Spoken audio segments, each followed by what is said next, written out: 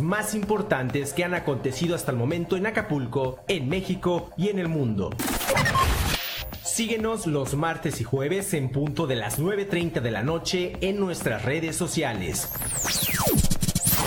Horizonte Utópico, la nueva forma de ver la noticia. Somos Periodismo de Análisis.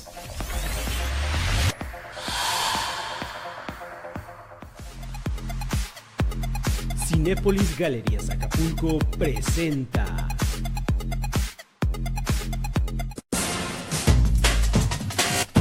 Horizonte Utópico.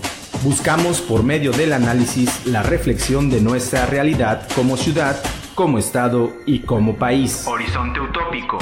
Porque no somos solo un portal de noticias, somos una nueva manera de entender la noticia.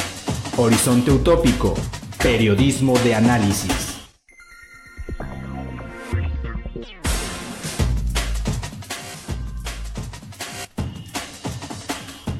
Horizonte Utópico.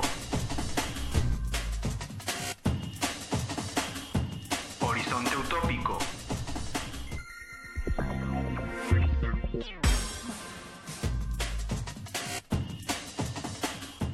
Horizonte Utópico. Buenas noches, Horizonte Utópico. Soy su amigo Domingo Canales. Buenas noches en este programa número 57. Saludo también a Cristian Navarrete, que nos acompaña y hace posible este programa. Cristian. Domingo, te saludo con gusto, igual a nuestros amigos de Horizonte Utópico. Vamos a manejar un tema importante y obligado, como lo menciona siempre, a raíz de que estamos en 2 de octubre. Bueno, estuvimos ayer en el 2 de octubre y es un tema que no debemos dejar pasar. Claro que no, porque es un parteaguas en la historia moderna del país. Es un tema que siempre debemos de traer a la reflexión para comprender muchos de los derechos que hoy tenemos, muchas de las luchas que hoy la sociedad sigue intentando por defender derechos políticos, derechos humanos, entre otros. Y bueno, ya sabemos todos que la noche horrible de Tlatelolco generó cientos de muertos, cifras de las cuales todavía se siguen tratando de poner de acuerdo. Pero todas esas personas merecen que se les siga recordando y que se siga discutiendo qué era lo que querían, qué era lo que se proponían para hacer de un México mejor. A mí me gustaría, Cristian, si tú me lo permites, hacer un pequeño rodeo del contexto en el que se vivía en la década de los 60, para comprender por qué nació, por qué surgió este movimiento, del cual de entrada les digo que a ciencia cierta no era una cuestión comunista. Quisieron justificar que por medio del apoyo de la Unión Soviética y hasta de Cuba querían manipular a la juventud o a un sector de la sociedad. No es así. Realmente eran protestas, eran movimientos, la mayoría de ellos sin agresividad, por derechos políticos. Pero vamos a adentrarnos al tema. ¿Qué ocurría en el México de los 60? Bien, venía México entrando a una crisis económica, el campo estaba devastado, México importaba mucho más de lo que exportaba. Había una marcada desigualdad económica, la cual se hacía más evidente porque en la década anterior, en los 50, que era en la posguerra, México gozó de un gran crecimiento económico. Los países estaban reconstruyendo después de la Segunda Guerra Mundial, demandaban materia prima, mano de obra, demandaban fabricación de un montón de utensilios. Entonces la economía era boyante en los 50, no así en la década de los 60. El presidente Díaz Ordaz no estaba realmente funcionando para la economía, para la política. Entonces el país iba en picada. Para darnos una idea, el 10% de la población, que era inmensamente rica, producía el 50% del Producto Interno Bruto. Y el 90% de la población, solamente el otro 50%. Es decir, una gran injusticia social. Sin embargo, el problema del 68 no fue económico. El problema del 68 no fue económico. La cuestión de 1968 fue por los derechos políticos, por los derechos a la libertad de expresión, para tratar de democratizar a un país que ya desde aquellas épocas estaba cansado del sistema autoritario del gobierno. Había muy poco margen para la tolerancia. Era reprimido espantosamente cualquier llamado a la justicia. Podríamos recordar aquí la historia de Guerrero, que claramente nos señala cómo eran aquellos tiempos. Cristian, te cedo la palabra. Domingo, y recordar que previo a lo acontecido del 2 de octubre aquí en México, se dio en un preámbulo de también movimientos en otros países, recordemos en Francia, recordemos en Estados Unidos, que también hubo movimientos previos a este, y también fueron como que ayudaron a que también aquí en México realizaran movimientos como el del 68, también el motivo de la movimiento que realizaron en la plaza que ya todos conocemos y que no sabemos muy bien todo lo que aconteció, era principalmente para entregar un pliego petitorio al entonces presidente Gustavo Díaz Ordaz, y donde solicitaban, entre algunas cosas, si me lo permites, Domingo, dar a conocer la libertad de todos los presos políticos, la derogación del artículo 145 del Código Penal Federal, que tenía que ver con regulaba los delitos de disolución social, que se entendían como la difusión de ideas que perturben el orden público o afecten la soberanía nacional. Cristian, dime. Yo te quiero pedir algo. Adelante. Yo quiero que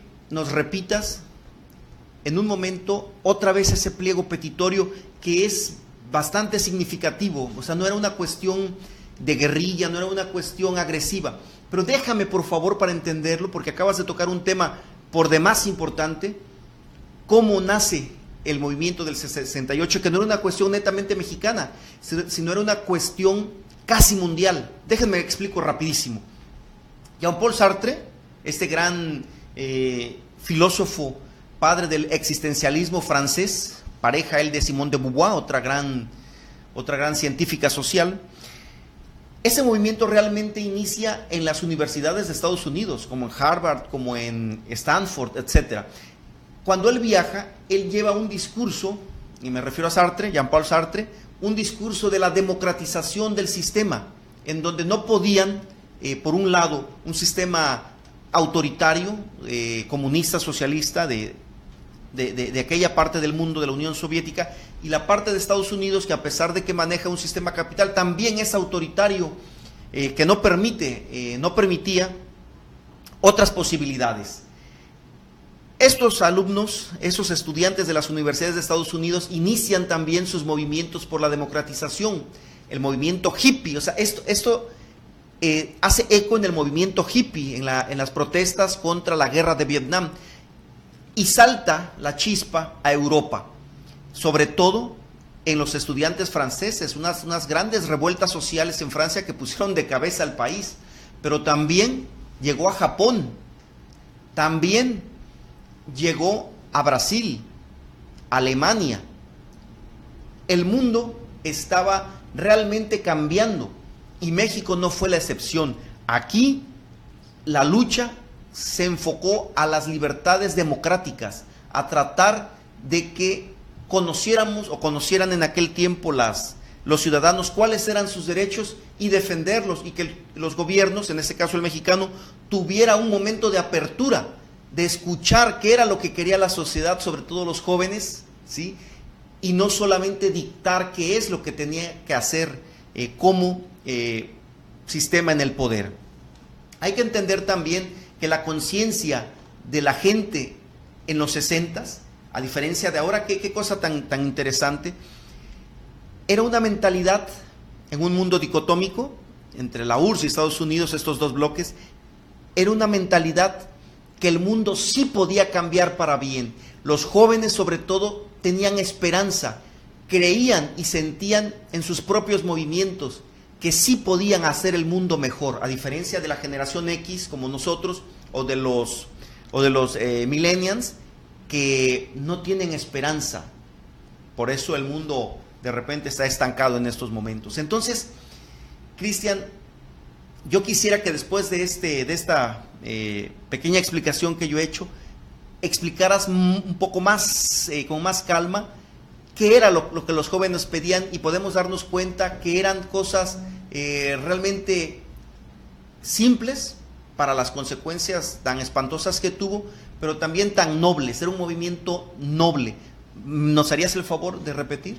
Sí, claro, Domingo, mencionaste, nada más antes de leer el pliego petitorio, mencionaste que en Estados Unidos uno de los principales movimientos fue por la guerra que se estaba realizando en Vietnam, que también en Francia en aquella época, en aquellos entonces, también lo retomaron porque estaban en contra algunos sectores de esta guerra que se dio en Vietnam, también lo realizaron allá. Entonces hubo mucha similitud en lo que solicitaban, y bueno, yendo al pliego petitorio que solicitaron en aquel entonces y que iban a presentar, empezamos con el número 1, que era la libertad de todos los presos políticos, incluyendo estudiantes y activistas que fueron detenidos en aquellos entonces por realizar manifestaciones.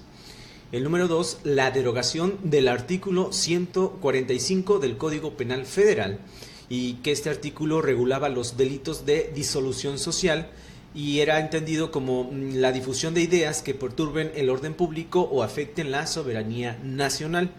El número 3, la desaparición del Cuerpo de Granaderos, que era un grupo policial que participó en varios eventos o actos de represión estudiantiles previos al 2 de octubre. Sí, pero después llegó el Negro Durazo. Y como número 4, destitución de los jefes policíacos Luis Cueto y Raúl Mendiolea, que en 1968 eran respectivamente jefe y subjefe de la policía capitalina y habían tenido roces con los estudiantes en más de una ocasión. El punto número 5, indemnización a las víctimas de los actos represivos. Antes de la masacre de Tlatelolco ocurrieron muchos enfrentamientos que dejaron varios estudiantes muertos. Y el número 6 era el deslinde de responsabilidades de los funcionarios involucrados en actos de violencia contra los estudiantes y establecer un diálogo público entre autoridades y la CNH para negociar las peticiones. Son los 6 puntos del pliego petitorio. Entonces podemos darnos cuenta cómo el presidente Díaz Ordaz, como su secretario de Gobernación Luis Echeverría, a la postre presidente de México, carecían totalmente de un oficio político, sin capacidad de negociación, digo, a nombre de todo un gobierno, ¿verdad? Sin capacidad de negociación, sin capacidad de quehacer político. Un gobierno realmente de orangutanes que acabaron con la vida de cientos de estudiantes en México.